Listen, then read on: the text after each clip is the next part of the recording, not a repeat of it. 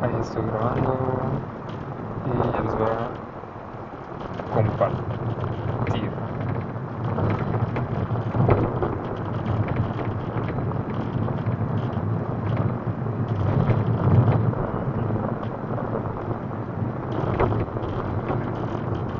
Ahí está. Bueno, la clase ahora la quiero enfocar más que nada como a lo que comenta aquí, la consecuencia de la replicación de los virus en las células.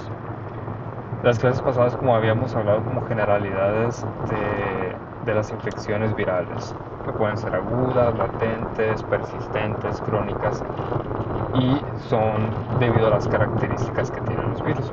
O sea, habíamos dicho que los latentes, por ejemplo, es porque los virus tienen la capacidad de integrarse en el ADN y no generar una respuesta inmune como tal.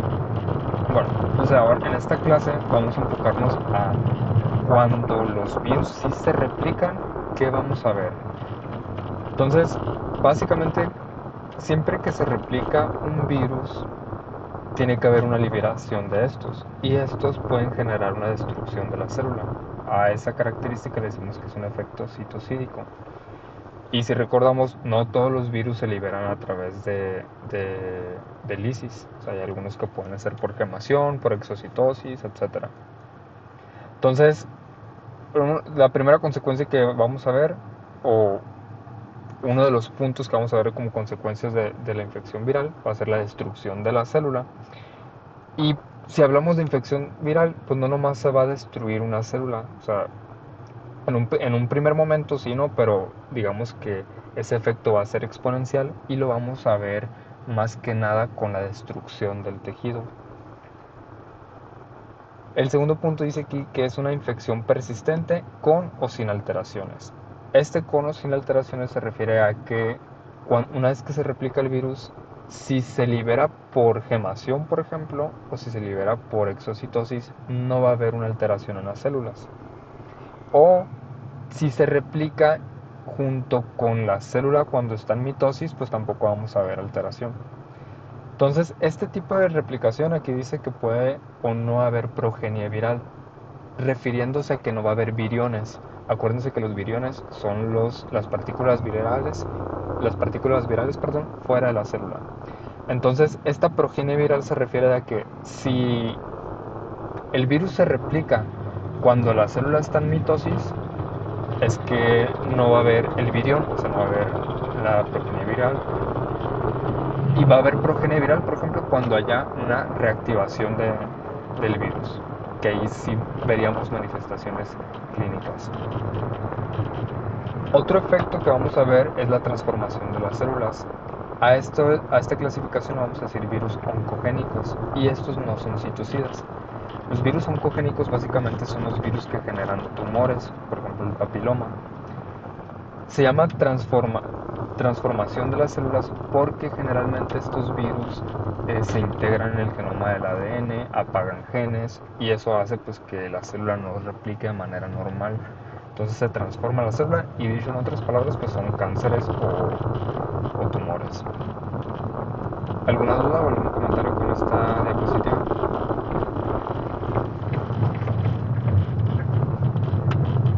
¿Sí me escuchan? ¿Todo bien? No, pero ya entendí una parte de mi tarea, de hecho, porque Ok. justamente estaba leyendo sobre que lo del virus, lo del SIDA felino, justamente que tiene la capacidad de generar tumores, Ujú. a pesar de que no se le considera un virus oncogénico. Qué interesante. ¿Y por qué crees? ¿Por qué crees que puede Pues, generar tumores y no ser un virus oncogénico? no sé, apenas estaba leyendo de eso, pero se me hizo súper mega curioso, pero al mismo tiempo como que no lo terminaba de entender. Y ya, pero sí, a ver, déjame ver si que lo encuentro y te comento. Ok, te adelanto de una vez, eso es porque el virus de la leucemia felina se integra en el genoma de la célula. Entonces, si se integra, por ejemplo, bloqueando un gen, o sea, la mitad de un gen o algo así, puede generar virus oncogénicos. O sea, depende mucho de dónde se integre en el genoma de la célula. Entonces, si se integra, por ejemplo, en un, en una, es que de todo el ADN, como el 40% sí se lee para proteínas, o sea, son genes. Y el otro 60% son estructuras que regulan generalmente a la célula. Entonces, muchas veces el virus se puede insertar en estas partes de los cromosomas donde no permita una oncogenicidad como tal. Pero si por azar del destino, si se inserta en medio de un gen o algo así, pues ya se descontrola la célula y puede haber tumores. ¿Sí me expliqué? Sí, qué interesante. Okay, sí, la verdad, una vez que le empiezan a agarrar el rollo de los virus, está interesantillo. Pero son un dolor de cabeza también para entenderlos. A ver, No me chicos y digas eso. chicas, me voy a cambiar de wifi, entonces a lo mejor me corto tantito. Denme, no sé, 5 segundos.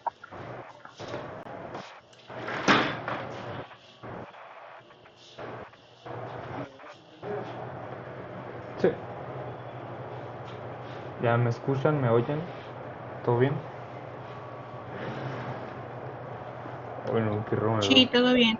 Ok, ya llega mi depa. Ah, bueno, seguimos.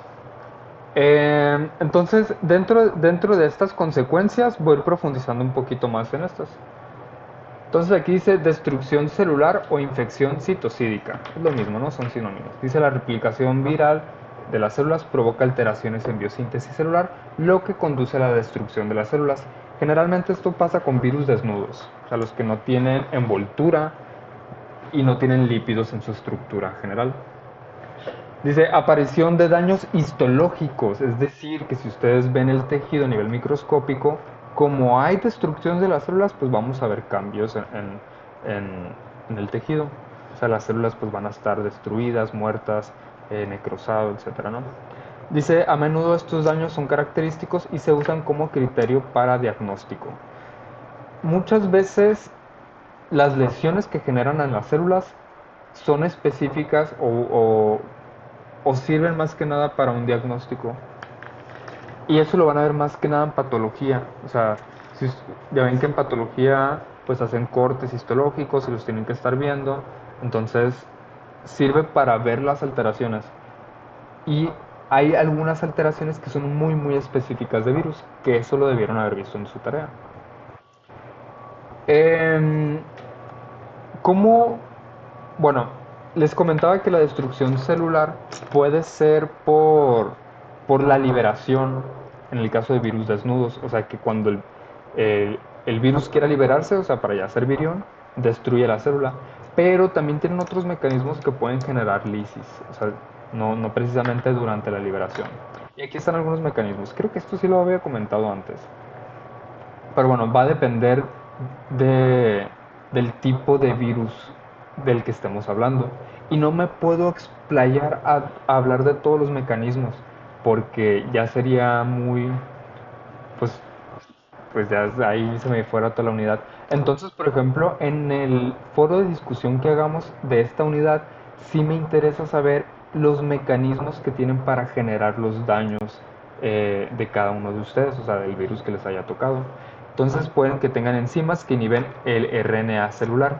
Es decir, esto puede hacer de que la célula, al no producir sus proteínas, pues pierde función y termina muriéndose. O sea, no es que la célula explote durante la liberación de la, de los virus, pero por ejemplo, para producir ATP, pues necesita proteínas que produzcan el ATP, por ejemplo. Entonces, si no pueden producir ATP, pues la célula se termina muriendo. Otras, por ejemplo, dice aquí, algunas proteínas virales son tóxicas a altas dosis e incluso pueden provocar lisis. Estas principalmente, este segundo punto, pasa mucho con los virus que son envueltos. Cuando se combina la membrana del virus con la membrana de la célula, estas proteínas que son del virus combinadas con las de la célula terminan siendo tóxicas.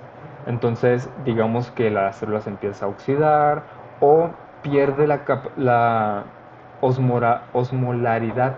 O sea, pues ahí empieza a entrar agua, etcétera. Y pueden provocar lisis. Dice, también pueden provocar la liberación de enzimas lisosomales que conducen a la lisis celular. Algunas proteínas, una vez que se detectan, pueden liberar a los lisosomas, que adentro de los lisosomas hay enzimas pues que se encargan de degradar, ¿no? Entonces la célula entra en apoptosis. Entonces hay muchas formas en que un virus puede destruir la célula. Aquí están algunas de estas. Y me interesa mucho en el foro de discusión que veamos el mecanismo específico de cada uno de los virus de ustedes. ¿Alguna duda, algún comentario con esto? Bueno, entonces a muy grandes rasgos vamos a hablar de los efectos que generen los virus, la replicación de los virus, y a ese efecto se le dice efecto citopático viral o SB. Y aquí está un poquito como resumido, pues está su tarea. Dice, es una manifestación observable de la patogenia viral, es decir, en cortes histológicos ustedes pudieran ver algo así. O sea, nosotros en histología vimos que las células están así, con su núcleo íntegro, su nucleolo, algunas células se le ven el nucleolo, a otras no, etcétera, ¿no?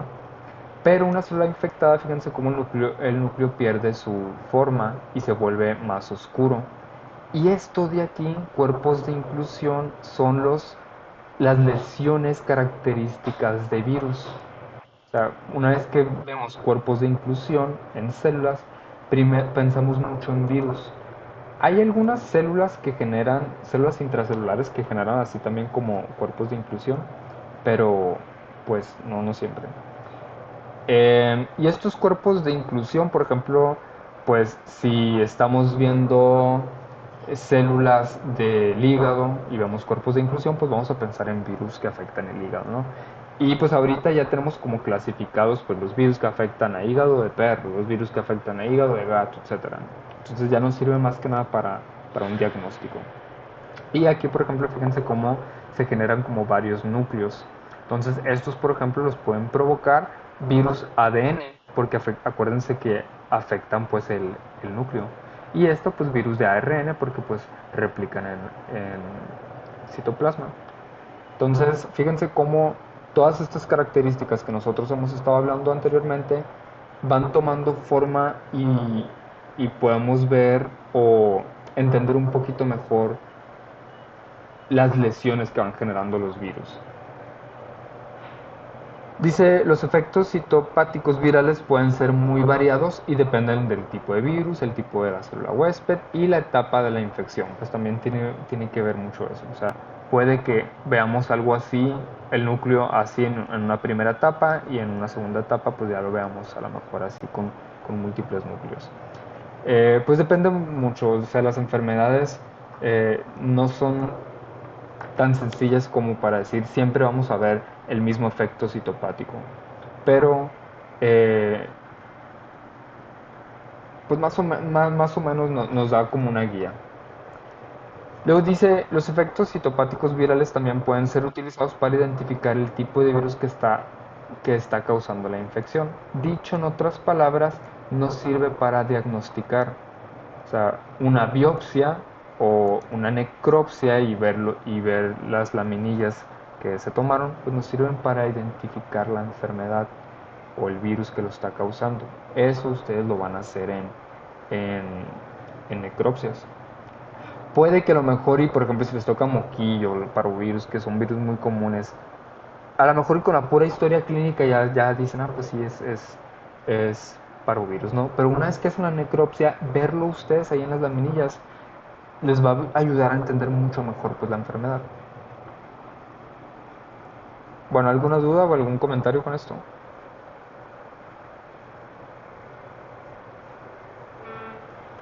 Todo bien. Ok, aquí les pongo una imagen de, por ejemplo, de un pulmón normal, ¿no? Y aquí están los alvéolos, el bronquio, el epitelio normal. Y de este lado están viendo un pulmón infectado con COVID-19. Pues cambia mucho, ¿no? O sea, las alteraciones citopáticas se generan a nivel de todo el tejido. O sea, vemos acumulación de líquido, es el edema, vemos fibrina, o sea, está como más engrosado el tejido. Y pues poco a poco, o sea, bueno, aquí vemos congestión, poco a poco se va como alterando cada vez más, ¿no? Entonces las lesiones van cambiando dependiendo pues de la etapa, del huésped, de la célula, etcétera.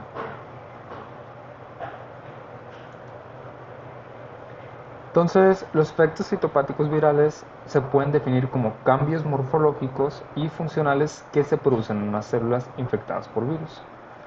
Entonces, pues es un proceso, ¿no? O sea, primero, o bueno, puede que al mismo tiempo nos afecten tanto morfología como función, pero al final de cuentas, pues termina muriendo la célula. Y estos pueden variar en función, otra vez, del tipo de virus y la célula infectada. Es decir, por ejemplo, el moquillo que infecta tanto sistema respiratorio como sistema digestivo y neurológico. Entonces, los cambios que veamos en los diferentes tipos de célula pues van a ser diferentes, aunque se trate del mismo virus. Y estos efectos citopáticos se pueden clasificar o se pueden categorizar de esta forma: alteraciones morfológicas, alteraciones funcionales o muerte celular. Aquí estamos viendo una alteración morfológica de una inclusión intranuclear. Este de aquí, a ver si bueno, no les voy a preguntar, pues es una célula muscular estriada. Y el núcleo pues debería de verse un poquito más así, o sea, en el caso de estos núcleos sí son así como alargaditos y de un color homogéneo. Y fíjense cómo aquí estamos viendo como una esfera, bueno, dos esferas así un poquito más claras. Estas son inclusiones de virus, lesiones por virus. Y pues muy probablemente de un virus de tipo ADN. Dice, los virus pueden causar cambios en la forma, en el tamaño y en las estructuras de las células infectadas. Como pueden generar cáncer, eh, pueden básicamente pues cambian toda la función y forma de la célula, pero hay algunos que simplemente se limitan a causar daño, por ejemplo, a nivel fisiológico, no tanto de forma, bueno, sí, la forma también, no, pues a final de cuentas termina muriendo.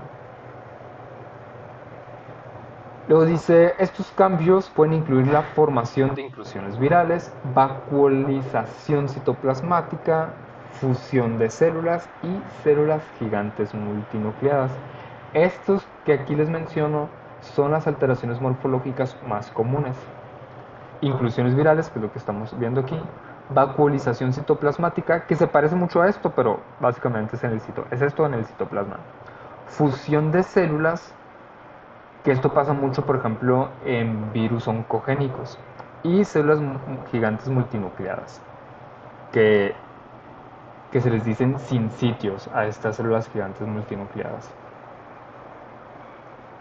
¿Dudas, comentarios con esto?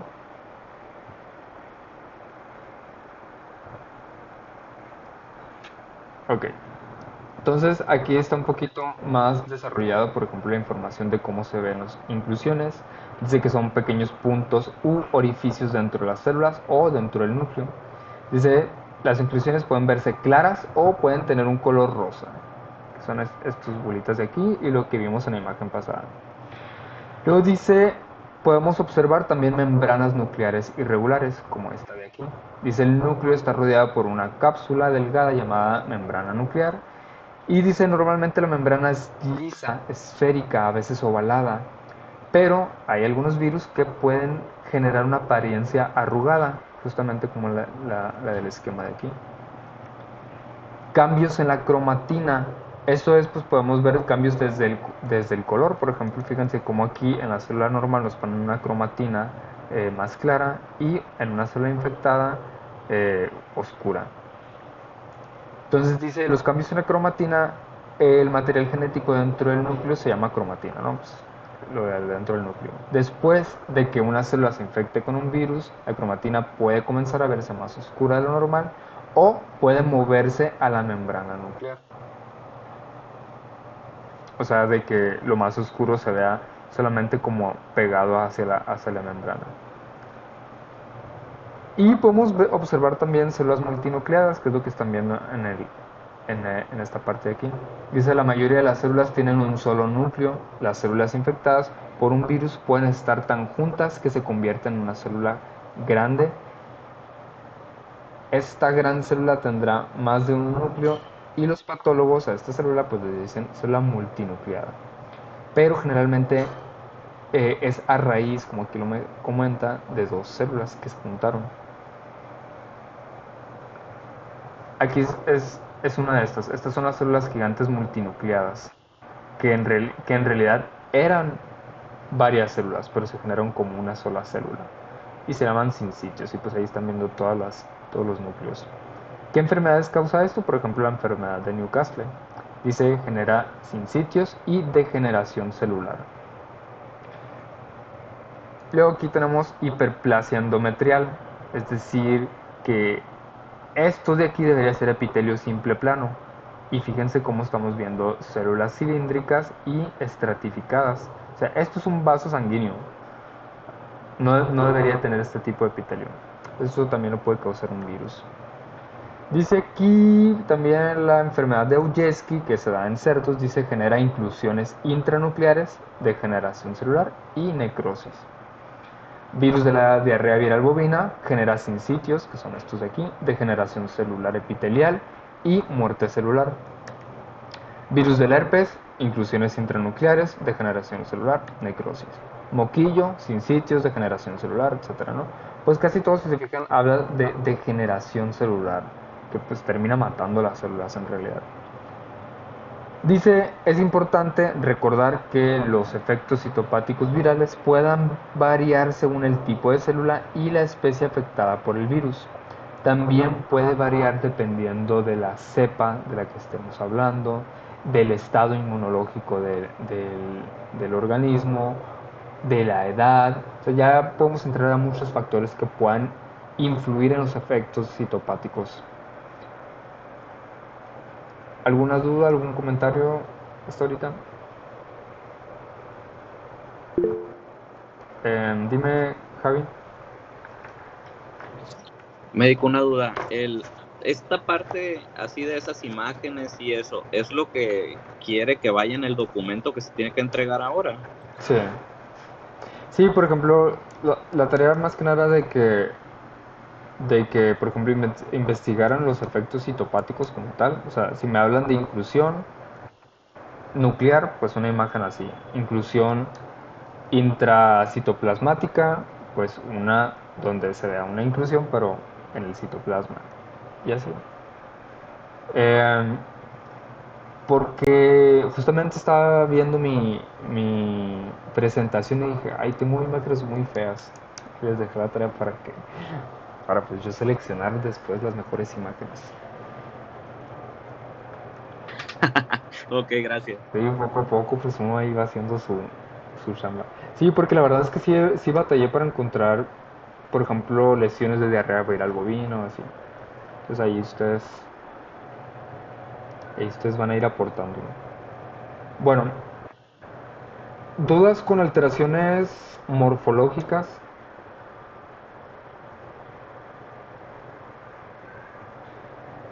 Bueno, luego tenemos alteraciones funcionales. Básicamente las alteraciones funcionales es porque inhiben la síntesis de proteínas, ya sea por proteínas reguladoras del virus o porque empiezan a enfadar el material genético de la célula.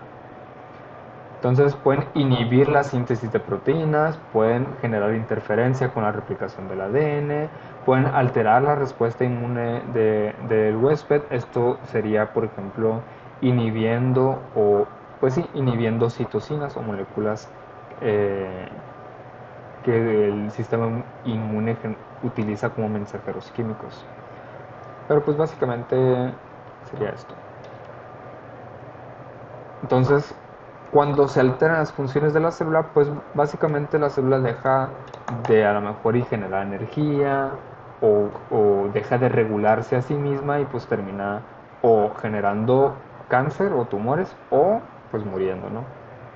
Ya depende del tipo de alteración que genere. Pero todos los virus pues terminan alterando la función de la célula de una u otra forma. Y por último, habíamos estado hablando de categorías, ¿no? Del efecto citopático. Categoría 1 era alteraciones morfológicas, categoría 2 alteraciones funcionales, categoría 3 muerte celular, pues la lisis. Entonces dice, los virus pueden causar la muerte de las células infectadas, lo que puede tener un impacto significativo en el tejido y en el organismo. Entonces, básicamente, pues vamos a ver como necrosis en donde haya replicado. Y esto, por ejemplo, si es muy grave, si por ejemplo el virus de la hepatitis puede distribuirse a todo el hígado, o sea, puede deshacer el hígado. Nosotros podemos funcionar a lo mejor con el 30%, o sea, enfermos y todo, pero podemos seguir viviendo con el 30% del hígado. Y si nos curamos a ese nivel, el hígado se puede recuperar 100%. Pero si pasamos del 30%, pues ahí sí ya es básicamente ya no nos recuperamos. Pero por ejemplo el riñón es todavía un poquito más sensible, o sea, si se empieza a dejar de funcionar el 60-50%, la cascada de efectos que va a generar, pues o sea, empieza a afectar pues ya sistema nervioso central, respiración, equilibrio ácido-base, etcétera. Entonces, digamos que el virus que afecta en riñón pues no terminan siendo tan benévolos. Bueno, ninguno, ¿no? Pero justamente porque causan lisis de las células y pues tiene que haber mitosis para recuperar este tejido y muchas veces se cicatriza y ya ni siquiera, o sea, ya ni siquiera se va a ver una regeneración de las células, sino que se cicatriza con puro tejido fibrinoso. Entonces la muerte celular pues es, digamos, el punto final de la patogenia a nivel celular, ¿no? De la patogenia viral a nivel de la célula. ¿Dudas, comentarios con esto? Bueno, hay algunos virus que no generan lisis y es porque a estos virus generalmente les conviene que no haya lisis porque se integran en el genoma. Y esto genera que sean enfermedades prolongadas, que haya persistencia en la enfermedad. Dice, a veces las células infectadas se multiplican normalmente y van liberando cantidades significativas de virus. Cada que se duplica la célula va liberando células. Va liberando virus. Y esto también permite que el sistema inmune no se dé cuenta tan fácil. Dice, a esta característica se define como tejidos infectados de forma persistente. Dice, la infección productiva no citocida estacionario. Bueno, tenemos varias formas de una infección viral persistente. La primera forma es infección productiva no citocida en estacionario. ¿Qué significa esto? Que está infectando la célula y que no la está matando como tal. O sea, cuando se replica la célula, aprovecha el virus y se replica también. Entonces dice, la célula produce virus, pero el metabolismo celular no está afectado. O sea, la célula sigue produciendo energía, sigue produciendo sus proteínas y todo. Generalmente esto lo vamos a ver con virus de tipo ARN. Por ejemplo, especialmente cuando son del grupo 4. Porque llega y entra directo al ribosoma. O sea, no le afecta nada a la célula, simplemente pues que ya no va a poder usar ese ribosoma, por ejemplo, pero pues las células tienen muchos ribosomas, ¿no? Entonces pueden estar ahí, aunque no se integren en el genoma, por ejemplo, puede estar persistente. O puede integrarse en el genoma y pues ahí queda persistente y pues ya ni cómo deshacerse de ese virus. Entonces, cuando es persistencia del genoma viral, el genoma viral se integra con el genoma del huésped o como unidad extracromosómica. A esta característica de tener como una unidad extracromosómica se le llama episomal. Esto pasa mucho, por ejemplo, las bacterias tienen su ADN normal y su ADN episomal, o sea, como si tuviera como un cromosoma extra, pero allá alejado. Entonces algunos virus generan como un mini cromosoma dentro del núcleo de nosotros. O sea, tenemos el genoma ahí normal en la célula y el virus se queda ahí como aparte, sin afectar el genoma. Se considera como persistencia dentro del genoma porque está dentro del núcleo. O sea, está combinado con el de este, pero no está integrado como tal en el ADN. ¿Sí me explico? Entonces, de esta manera, el virus no afecta, por ejemplo, la replicación del ADN o la síntesis de proteínas. Y bueno, aquí donde estoy tapando dice, algunas circunstancias pueden activar el genoma viral y producirse un ciclo lítico. Generalmente esto pasa cuando los virus están en un estado de persistente, ya sea infección productiva no citosida estacionaria o una persistencia del genoma viral, va a haber circunstancias que activen de cierto modo el modo lítico o el ciclo lítico. Generalmente puede ser una fiebre, una infección secundaria, puede ser que una baja, por ejemplo, en los niveles de anticuerpos, una baja del sistema inmune, que eso se puede lograr, por ejemplo, con medicamento, corticosteroides o algo así, que se utiliza mucho en veterinaria. Entonces, muchas veces por dar tratamiento con corticosteroides podemos bajar las defensas y que virus como estos de persistencia del genoma viral empiecen a replicarse. Entonces, mucho cuidado con los corticosteroides. ¿Dudas, comentarios con esto?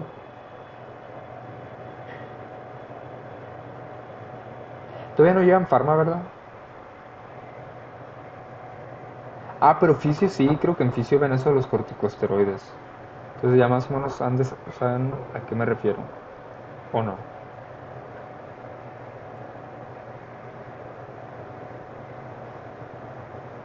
Bueno. Eh, por último, bueno, no por último, pero bueno, otra característica, otro efecto citopático, otra consecuencia de la replicación viral, vamos a hablar sobre la transformación de las células. Desde aquí ciertos virus de ADN y retrovirus pueden integrar su genoma y esta integración directa en el genoma básicamente se puede traducir a una mutación y la mutación se traduce a cáncer. Entonces, a eso se le dice células transformadas. Básicamente es la etiología o la causa de ciertos cánceres. Y esta transformación pues lo que hace es que expresan ARN y antígenos virales. ¿Qué busca un virus oncogénico o qué hace un virus oncogénico en la célula? Primero que nada, pérdida de inhibición por contacto. ¿Qué significa esto? Cuando la célula va creciendo, cuando toca otra célula, digamos que deja de crecer, o sea como que cuando tiene contacto con otra célula, se inhibe su crecimiento. Entonces, este tipo de virus lo que hacen es inhiben esos sensores, digamos, de la célula. Entonces la célula va creciendo porque ha perdido esa inhibición por contacto. Crecimiento a una alta densidad y aglutinación, pues las células empiezan como a aglutinar, se empiezan como a combinar. Podemos ver los sincitios, por ejemplo, que también es una forma de transformación. Y pues vamos a tener como una masa celular que pues va a ser el cáncer, ¿no? Como tal. ¿Dudas, comentarios con transformación?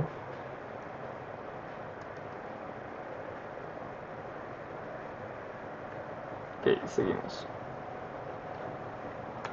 Bueno, hasta aquí sería, por ejemplo, el tema de efectos citopáticos sobre virus. Todos estos efectos no siempre se van a generar. Habíamos comentado que depende del virus, depende de la célula.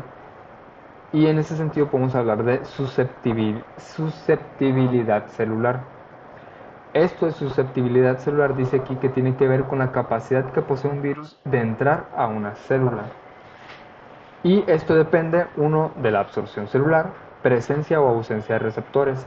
Acuérdense que el primer paso para la infección de la célula es la interacción del receptor con ligando de los virus. Y por factores fisiológicos, pues aquí tienen que ver, por ejemplo, si el animal está en celo, si el animal está pues en modo alerta, si el sistema inmune activo o apagado. Tiene que ver la edad del hospedero, por ejemplo, tenemos enfermedades virales que se presentan principalmente en cachorros, como el parvovirus, etcétera, ¿no? Y factores genéticos. Van a ver que hay ciertas razas, por ejemplo, los huskies que son, o los pastores, que son más susceptibles al moquillo, por ejemplo. O sea, el moquillo tiende a ser más virulento en ciertas razas, porque hay ciertos factores genéticos que hacen más susceptibles a las células de estas razas. ¿Dudas, comentarios con esto?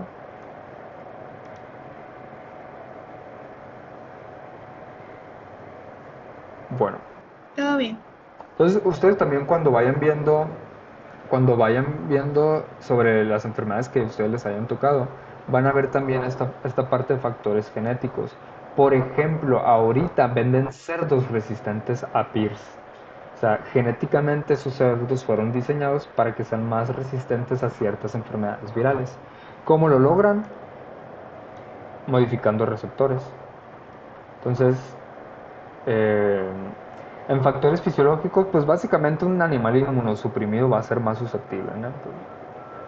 Pero bueno, ahí conforme vayamos, a lo mejor en el foro de discusión lo podemos profundizar ya dependiendo de cada una de las enfermedades. Em, bueno, los efectos citopáticos también tienen mucho que ver por cómo se va a propagar el virus, o sea, los mecanismos que tienen para, ¿cómo se dice? Pues sí, propagarse. Dice, estos mecanismos tienen que ver con la respuesta inmune o con la evasión de ella en el individuo. El sistema de propagación que tienen los virus generalmente si es un virus que genera enfermedades agudas o rápidas, generalmente es de lisis. Y ese tipo de virus, digamos que genera lesiones fuertes, por así decirlo, para que se propague de manera también aguda. Por ejemplo, el parvovirus, que básicamente si no se trata el perrito, pues se muere en menos de una semana. Y porque genera lisis, se libera por lisis. Pero hay algunos virus que dicen, no, yo me la voy a llevar tranquilo y o sea, no voy a generar tantos síntomas para que poco a poco me vaya transmitiendo en silencio. Por ejemplo, el VIH, que se transmite por relaciones sexuales.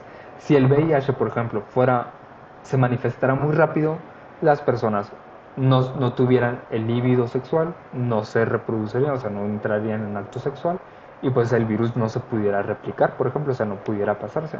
Entonces, los virus tienen como sus mecanismos para, en este caso, por ejemplo, el VIH, lo que él quiere es evadir la respuesta inmune para no generar manifestación clínica y poder seguirse replicando. En cambio, el parvovirus dice, a mí me vale. A mí si el sistema inmune me quiere detectar, de aquí a que me detecte, yo ya me pasé a 3 perros. Entonces puede ser por lisis celular.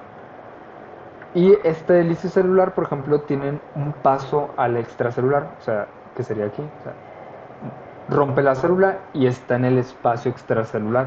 Y generalmente el espacio extracelular permite que se propague. Por ejemplo, los enterovirus. Entero viene de digestivo, o sea, los virus que se replican pues en células digestivas. Rotavirus, por ejemplo, parvovirus. Entonces, se liberan a través de las heces y pues ya se replican, ¿no? Pueden ser intercelular, por ejemplo, los herpes virus, que durante la mitosis pues se van pasando. O por integración al genoma, al papiloma, y literal cuando se replica, pues un pedazo del genoma viral va de la mano con el genoma de la célula. Entonces, estos dos, por ejemplo, estos dos les permiten evadir la respuesta inmune. Y pues esta no. Luego se detecta. ¿Dudas, comentarios, quejas, sugerencias? Bueno, el concepto de virulencia creo que ya lo habíamos platicado, ¿no? Dice aquí que es la capacidad relativa que tienen los diferentes aislamientos o variantes de un mismo virus para causar la enfermedad o mortalidad. Cuando hablamos de virulencia, básicamente hablamos de una capacidad de causar la enfermedad o de manifestar la enfermedad. Dice aquí, la virulencia está determinada por la relación existente entre infección y enfermedad. O sea, hay virus que son muy poco virulentos, es decir, que una vez que infectan no generan enfermedad, no vemos manifestación clínica. No hay fiebre, el animal come normal, pues pasa todo normal, el virus se replica y todo bien, ¿no? Pero los virus que son muy virulentos sí manifiestan enfermedad, entonces vemos signología, diarrea, vómitos, lagrimeo, tos, estornudos, etc. Dice aquí los virus difieren entre sí. Bueno, la virulencia pues va a diferir de entre los virus y de las cepas. Pues ya habíamos platicado un poquito de eso, ¿no? Pero creo que no se los había puesto así como tal en diapositivas. Entonces dice, la respuesta celular depende de varios factores. Los virus de una misma especie pueden ser catalogados como virulentos cuando tienen alta capacidad para producir la enfermedad, o avirulentos o atenuados si su poder patógeno es bajo o limitado. Estos últimos, los avirulentos o atenuados, son los que utilizamos para vacunas.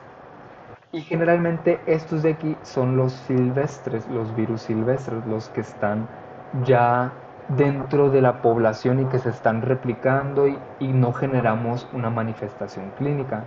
¿Por qué? Porque al virus lo que le interesa en estos casos es replicarse y no generar daño. Puede ser que se replique ya sea por mecanismos de propagación intercelular o por integración al genoma.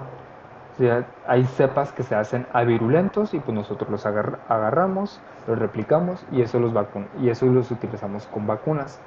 Y dentro de la vacuna agregamos ciertos factores que hagan que el sistema inmune se despierte y así pues el sistema inmune reconozca al virus. Y así cuando llegue una cepa virulenta ya tengamos anticuerpos para responder contra estas. Entonces van a darse cuenta durante la investigación de sus enfermedades que van a poder observar que hay ciertas cepas y van a decir, esta cepa es más virulenta, esta cepa a lo mejor la virulenta está en Australia y pues en México no, pero pues aquí también se encuentra la virulenta, etcétera, ¿no? Eso es hablar mucho de epidemiología, pero sí me interesa como que vayan como entendiendo todo esto de cepas virulentas, avirulentas, etcétera, y su relación que tiene, por ejemplo, con las vacunas. ¿Alguna duda o algún comentario con esto?